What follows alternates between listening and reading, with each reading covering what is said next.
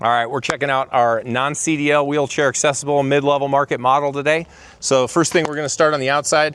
We've got a front view destination window here for the driver to check out the curb. We've got a bifold electric entrance door. Over to this side here, we've got an exterior keyed switch. This is really nice and convenient for the driver. Keep one of these in your wallet. I am notorious for locking myself out of these things out on the road. Nothing worse than that feeling as you close the door behind you and see the little lock is down. So we can open and close that. We've relocated our batteries here to the skirt so that they're easier serviced than they are if they're underneath the hood.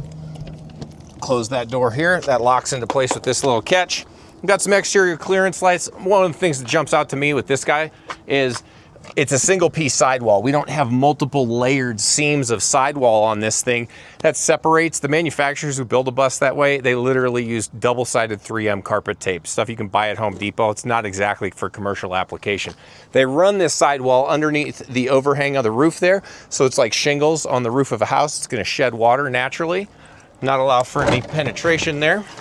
This is our wheelchair door access. The lift comes out of here. Our friend Moth flies away. He's gonna have a nice day.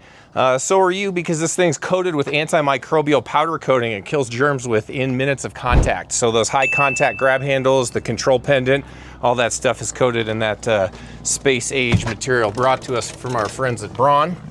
There's an 800-pound lift capacity to this thing. Again, don't ride the platform up and down with your passengers. You want to stand off to the side.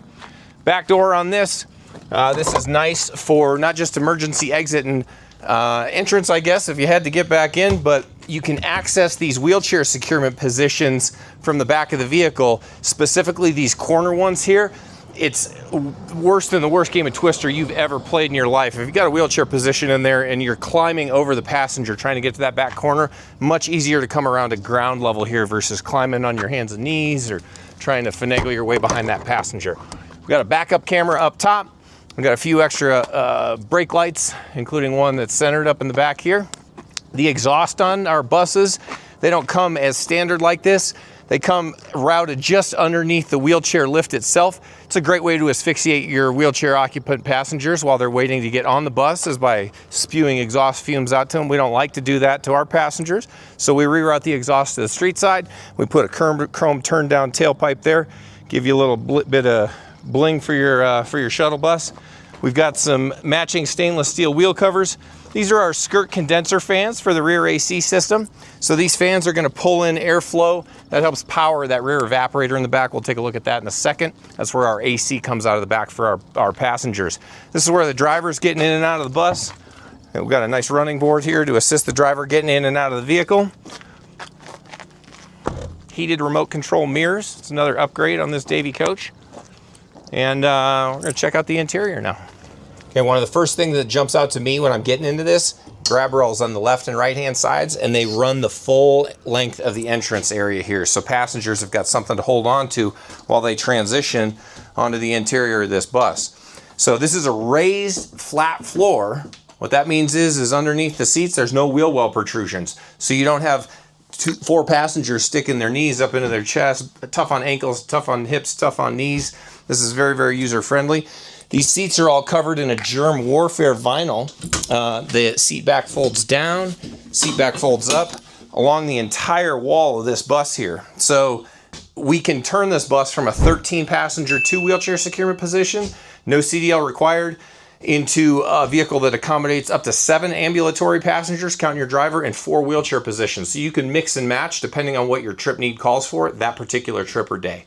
We've also got entrance grab rails on the seat backs here along the aisle, or seat back grab rails rather, not entrance. So our passengers can navigate the aisle a little bit easier. The armrests fold up. The other nice thing these do is our passengers don't pull on the sides of our seats. They grab onto here, so both to transition themselves from the wall to the aisle, as well as up and out of their seat. Older trade-ins we get, without these, we see seats that are literally bent back this direction. The seats, belts in these seats are under seat. They retract, so they're an automotive grade seat belt. It's a very nice upgrade. This is a non-skid flooring. It's antimicrobial. We've got a floor mounted heater and enough air conditioning to make this thing feel like a meat locker on the 4th of July, even on a hot summer day. All right, so this is the driver area, also known as the cockpit. We've got our mirror up here so we can keep an eye on those unruly seniors in the back of the vehicle. We've got our air conditioning controls. We've got our heater controls. This is where our interlock tells me if everything's in place. We've got to have our vehicle in park. We've got to have the parking brake set. That sends power back to our wheelchair lift. I can open and control my entrance door here. Turn my interior lights on and off. We've got a heater switch here. We got our stereo going for those rousing karaoke sessions when we're going back and forth to bingo. All right, we're just gonna touch on the type of wheelchair belt we've got real quick. These are self-tensioning, self-retracting. We hit this little freewheel switch here that allows us to pull in and out. Nicest part about these, they're a slide and click, so we don't have track in the floor that fills with gravel and grime and stuff that you usually need to clear with a key before you can even try to get the belt in place. What we see a lot of times is folks, once they get it in place, they don't like to remove it because they're so hard to get in. It becomes a trip hazard for everybody else in the bus, so not something that we want to do.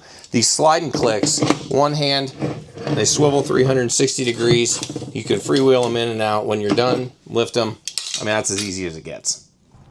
All right, if you think this might be a good model for you, our mid-level model doesn't require a special license to operate. We've got an entry-level model. You can check that video out too. We've got video on our higher-end model coming pretty quick here. Check our inventory out at daveycoach.com. Give us a like, give us a follow. We'll look for your questions and comments. Appreciate your time.